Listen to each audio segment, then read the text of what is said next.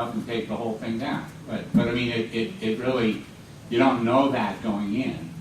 And that's not, the cost of that is not what's in this bill, right? Oh, that's this right. is just for the abatement, testing, and planning process. Is that? If you've gotten to the point where a child actually, unfortunately, has been poisoned, that's all that this is about. I think the very small cost of just keeping the apartment maintained properly and without the chipping paint, that has nothing to do with this bill. The hope is that you never reach this bill because you've maintained the property and the child doesn't get poisoned. So if I'm a parent and I can go down to the Ace Hardware and buy a little swipe preliminary test kit, right? That's right. And if I'm concerned if the swipe turns bright orange or whatever it does, I can call and have my apartment tested, or do I have to have gone through the doctors? Yeah, no. I think if a homeowner on their own proactively, not because their child got poisoned, but just wanted to proactively check their home to make sure it wasn't lead poisoned, they would not then call the CDC to do a full inspection. I think the CDC's protocol is only after a child's been poisoned. I think you can buy that home kit on your own, and if it comes up orange or whatever, yeah, you can then, I think they would provide you information about what you can do. They can give you suggestions about who can do the abatement and things to clean it up. yeah. But the CDC wouldn't then pay for, the work to be done.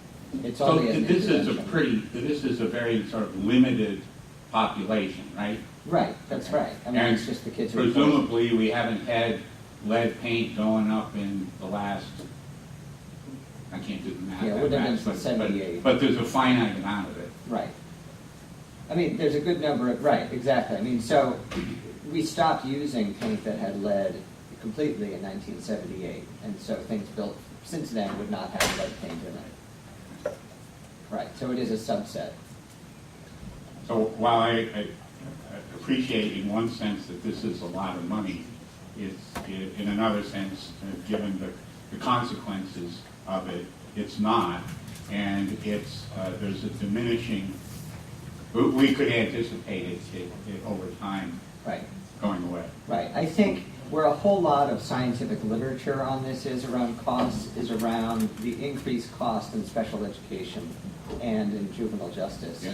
That's where the cost shows up, I think, for states across the country, and that's where there's this kind of huge wealth of literature about the science on that. And when I started working in Portland with elementary school kids, one of the first groups of kids I had two kids who had way too much lead, and that anecdote is enough for me.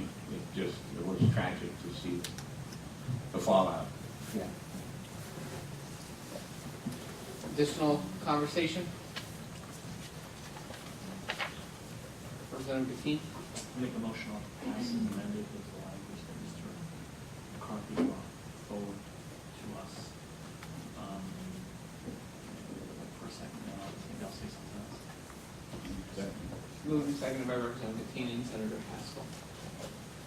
Discussion on the motion. Representative Heinenson and Representative Ashon will be on deck. Thanks, and I think everyone saw this, the CDC plan, how everything works now. I'll just have you remind about when kids get looked at and checked and what the intervention is. It's already occurring, so there is intervention below the age of level of 15. It's not like nothing happens below the level of 15. So I'll just remind you about this main CDC report by Andrew Smith. Representative Ashon. I just want to make sure that this actually gets taken care of, and that means the fiscal note that could easily die on the appropriations table. So I'm just wondering what anybody else's thoughts are with maybe making a recommendation that fund for health and human feed. Those unallocated. Representative King. Yeah, again, I'm interested in looking into that issue also. You know, I'm not quite sure, again, where we are right now, with the status of available HM money after, again, some recommendations that we're budgeting. When the budget's gonna end up, you know, we have another bill that we passed through this committee last week that I think spoke for a number of the unallocated funds. There was even a minority report on it. Yep, there was. So again, I am not, I appreciate and like the idea of looking into that representative. I'm just not sure right now if I'm able to move this in a way that incorporates that as something we'd have in mind. Yes. So just being the newbie on here and wanting to make sure that this problem gets taken care of sooner rather than later, because we can pay a little now or pay a lot later. And wanting to make sure it doesn't die on the appropriations table. Is there appropriate language that we could put in there alluding to the possibility that that may be a payment option? And I'm just calling on you guys' expertise on that, because I don't know what to do. Senator McCormick. Thank you, Mr. Chair.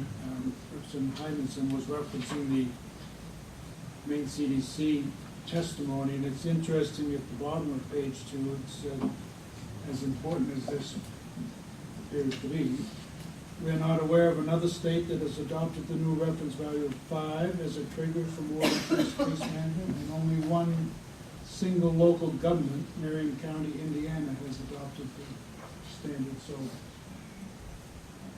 I'm not saying it's not important, but others have not jumped onto the 5 level. Representative Steck. Dear ago, Senator, dear ago. Thank you. Now we have to be 76. You've been waiting for that, haven't you? Yeah. Senator Haskell. Thank you, Representative Ashon. I appreciate your question. I think the most effective way that I've ever seen work here in the legislature, and maybe I shouldn't say this, is when you have two people hand in hand go down to the appropriations committee members, the ones who are working on, and like the appropriations committee is split up into groups. I know who's working with the funding of them and what they're doing for it. You get two people, sometimes from both sides of the aisle, go down and have that conversation with them, make that recommendation. That I think particularly at this point in the legislative process, because if we put it in the bill, it doesn't go down to them until Michael gets through the final draft, it comes back to language review, goes to the House and Senate, out there. Budget's long, identified by them. So that's my suggestion. Any additional discussion? Seeing no additional discussion, the motion before us is ought to pass as amended. Without objection, we'll take a vote. All in favor of the motion ought to pass as amended, please raise your hand.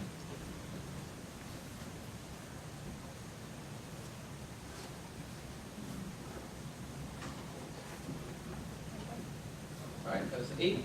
All opposed?